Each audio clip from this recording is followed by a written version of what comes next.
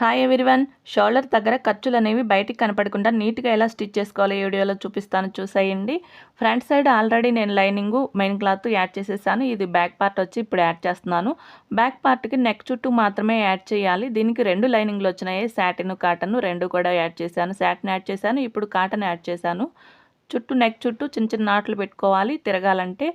చూడండి, ఇట్లా షోల్డర్ దగ్గర ఇలా ఓపెన్ చేసుకోవాలి. లైనింగ్ అనేది ఇలా పక్కకి జరిపేసుకుని ఆల్రెడీ యాడ్ చేసిన ఫ్రంట్ పార్ట్ని ఇలా పెట్టుకోవాలి. చూడండి, మంచి వైపు ఉంది కదా బ్యాక్ పార్ట్, దానికి మంచి వైపు ఎదురుగా వచ్చేలా ఇలా ప్లేస్ చేసుకోవాలి.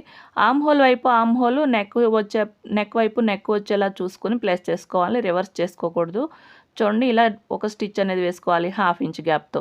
మళ్ళీ ఈ లైనింగ్ అనేది దీనిపైన పెట్టేసుకుని మళ్ళీ ఇంకొక స్టిచ్ వేసేసుకోవాలి. లేదు, 2 ఇలా ఒకేసారి ఫోల్డ్ చేసుకుని ఒకే కుట్టు వేసేసుకున్నా సరిపోతుంది. చూడండి, ఇలా కుట్టుకుంటే షోల్డర్ దగ్గర ఖర్చులు అనేవి బయటికి కనపడకుండా నీట్గా ఉంటుంది.